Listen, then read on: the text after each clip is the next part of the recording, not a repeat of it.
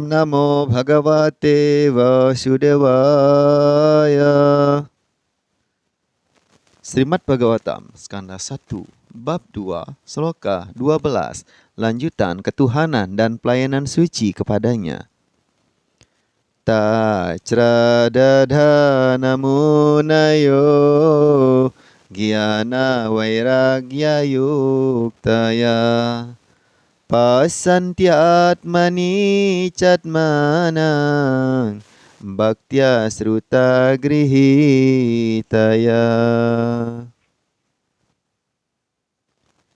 Artinya, murid atau resi yang bertanya serius dilengkapi secara baik dengan pengetahuan dan ketidakterikatan, menginsapi kebenaran mutlak dengan melakukan pelayanan suci menurut apa yang sudah didengarnya dari Vedanta Sruti.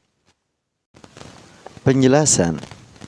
Kebenaran mutlak diinsapi sepenuhnya melalui proses pelayanan bhakti kepada Tuhan Vasudeva, personalitas Tuhan Yang Maha Esa, kebenaran mutlak yang sempurna.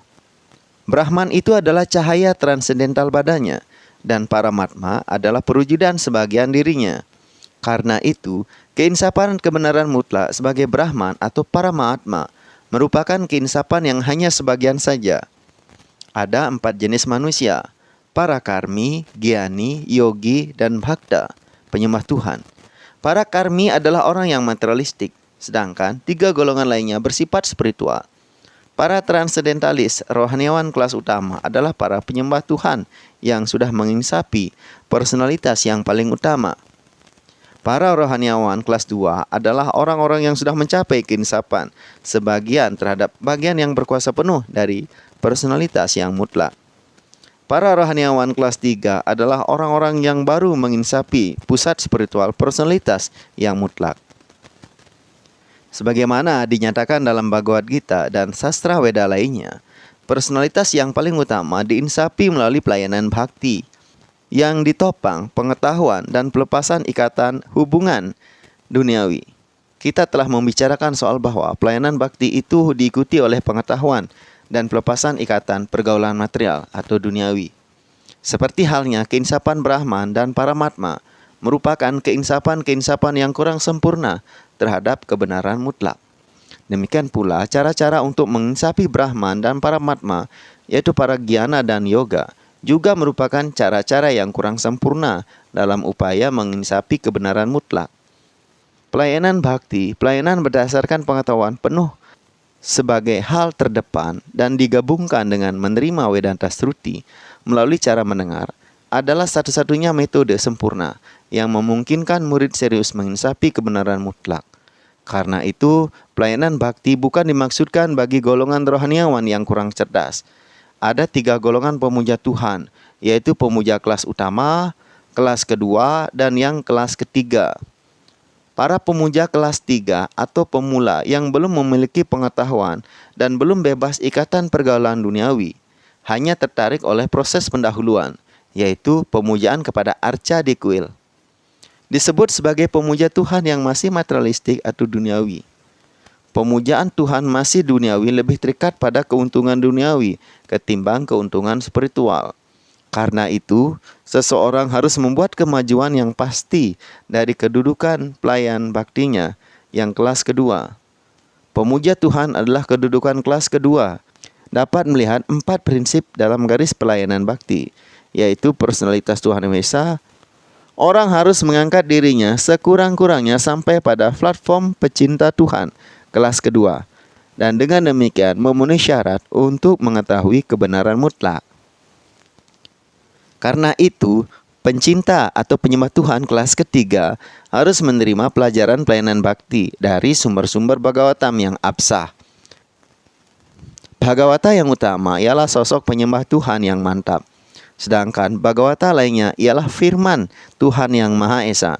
Karena itu, pecinta Tuhan kelas ketiga harus mendekati sosok penyembah Tuhan yang mantap secara pribadi. Sosok pribadi penyembah tersebut bukan seorang profesional atau orang yang mengais nafkah dengan membisniskan Bhagavatam. Penyembah tersebut harus mewakili Sukadewa Goswami dan seperti Sutta Goswami dan harus mengajarkan culture pelayanan bakti agar semua orang dapat memperoleh manfaat secara total. Minat pencinta yang baru belajar atau pemula untuk mendengarkan sumber-sumber absah tersebut sangatlah kecil. Seorang pencinta yang masih pemula telah berpura-pura mendengarkan Bhagavatam dari orang yang berprofesi membacakan Bhagavatam guna memuaskan inderanya atau nafsunya. Cara mendengarkan dan membacakan Bhagavatam seperti itu telah mengacaukan segalanya. Jadi orang harus sangat hati-hati terhadap proses yang salah ini. Firman Tuhan Yang Maha Esa, sebagaimana tersebut dalam Bhagavad Gita atau dalam Srimad Bhagavatam, tentu merupakan pelajaran rohani yang transendental atau melampaui hal-hal duniawi atau material. Kendati demikian, pelajaran rohani itu bukan dimaksudkan untuk diterima dari seorang profesional yang merusaknya bagaikan ular mencemari susu dengan sentuhan lidahnya. Karena itu, seorang penyembah yang tulus harus bersedia mendengar sastra Weda seperti Upanishad-Upanishad, Vedanta, dan sastra lain yang diwariskan oleh tokoh-tokoh yang absah atau otoritas dari dahulu atau para Goswami guna memperoleh manfaat demi kemajuannya. Tanpa mendengarkan sastra tersebut, maka dia tidak dapat membuat kemajuan nyata. Tanpa mendengarkan dan mengikuti ajaran-ajaran tersebut, maka tuntunan pelayanan bakti itu menjadi tidak berguna, dan karena itu merupakan semacam gangguan pada jalan pengabdian suci atau pelayanan bakti. Jadi, jika pengabdian suci itu terkontaminasi, maka hal itu harus langsung ditolak. Yang bukan sebagai otoritas hendaknya tidak pernah diterima sebagai penyembah Tuhan yang murni. Dengan memahami amanat-amanat sastra Weda tersebut, seseorang dapat melihat aspek personalitas Tuhan Yang Maha Esa yang berada di mana-mana, di tempat-tempat khusus di dalam dirinya secara terus-menerus. Ini disebut samadhi. Selanjutnya, sloka 13. Ata pumbir dwija sresta wanasrama vibhagasaha swanustityati dharmasya samsidirharito shanam. Wahai yang paling baik di antara para yang sudah dilahirkan 2 kali. Karena itu disimpulkan bahwa kesempurnaan tertinggi yang dapat dicapai seseorang dengan melaksanakan tugas-tugas kewajiban yang telah ditetapkan untuk pekerjaannya menurut pembagian-pembagian golongan dan tahap-tahap hidup adalah untuk menyenangkan personalitas tertinggi Tuhan Yang Maha Esa. Masyarakat manusia di seluruh dunia dibagi menjadi 4 golongan dan 4 tahap. 4 golongan adalah golongan kecerdasan. 4 golongan adalah golongan cerdas, golongan ksatria, golongan produktif, dan golongan buruh. Golongan-golongan tersebut digolongkan menurut pekerjaan dan kualifikasi seseorang, bukan menurut kelahirannya. Kemudian ada pula 4 tahap hidup, yaitu kehidupan siswa, kehidupan yang berumah tangga, orang yang sudah mengundurkan diri dari kehidupan duniawi, dan kehidupan pengabdian suci. Demi kepentingan terbaik masyarakat manusia, pembagian-pembagian hidup tersebut harus ada. Jika tidak, maka tidak ada satu lembaga masyarakat pun dapat tumbuh dalam keadaan sehat. Dalam tiap-tiap bagian hidup tersebut di atas, tujuan haruslah untuk menyenangkan Yang Maha Kuasa, personalitas Tuhan Yang Maha Esa. Fungsi kelembagaan masyarakat manusia tersebut dikenal sebagai sistem Warnasrama Dharma yang begitu alamiah bagi kehidupan yang beradab. Lembaga Warnasrama disusun untuk memungkinkan seseorang menginsapi kebenaran mutlak. Sistem tersebut tidak bertujuan mendominasi satu golongan. Apabila tujuan hidup yaitu menginsapi kebenaran mutlak tidak ditemukan lantaran ikatan yang berlebihan terhadap indriya priti atau kepuasan indera sebagaimana telah dibahas sebelumnya dalam buku ini, maka lembaga Warnasrama digunakan oleh orang yang mementingkan diri sendiri untuk bersikap menguasai terhadap golongan yang lebih lemah. Pada zaman Kali Yuga atau zaman perselisihan, penjajahan yang tidak wajar tersebut telah berlangsung. Tetapi orang yang lebih waras mengetahui dengan baik bahwa pembagian golongan dan tahap hidup adalah bertujuan untuk hubungan masyarakat yang lancar dan kinsapan diri dengan pikiran luhur, bukan untuk tujuan lain.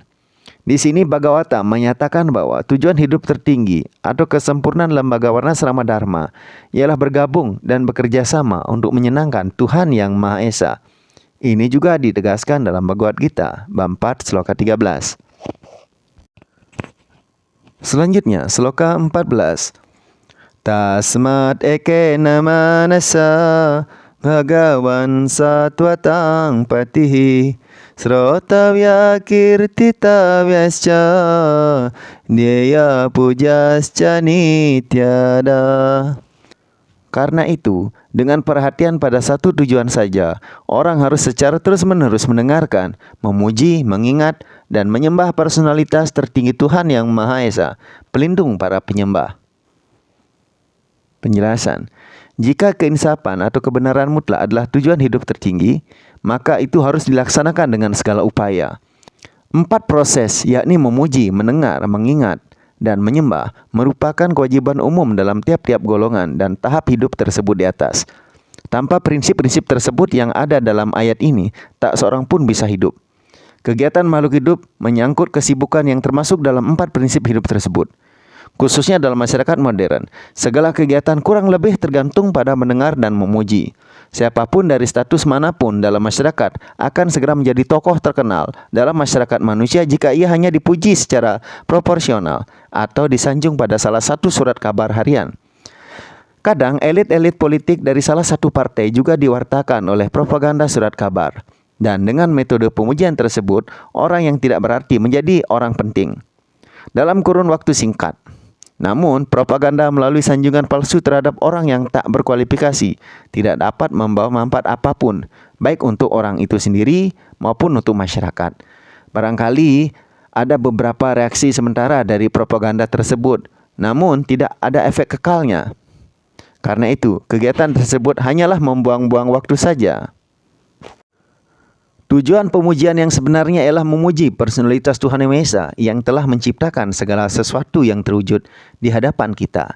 Kita telah membicarakan kenyataan ini sejak awal sloka yang berbunyi Janmadya Asya dari Bhagavatam ini. Kecenderungan memuji atau mendengarkan orang lain harus diarahkan menuju objek pemujian yang asli. Insan yang paling utama, itulah yang mengantarkan kebahagiaan. Demikian kita telah membaca 4 sloka dari bab 2 Srimad Bhagavatam dalam lanjutan ketuhanan dan pelayanan suci kepadanya. Semoga Anda semua berbahagia. Segala karunia datang dari segala penjuru. Terima kasih telah berkunjung ke Kaliuga Time Channel. Sampai jumpa esok pada waktu dan kesempatan yang sama. Wassalam. Jai Granta Jai Srimad Bhagavatam Mahapurana Ki Jai. Hare Krishna, Krishna Krishna, Hare Hare, Hare Rama, Rama Rama, Hare Hare.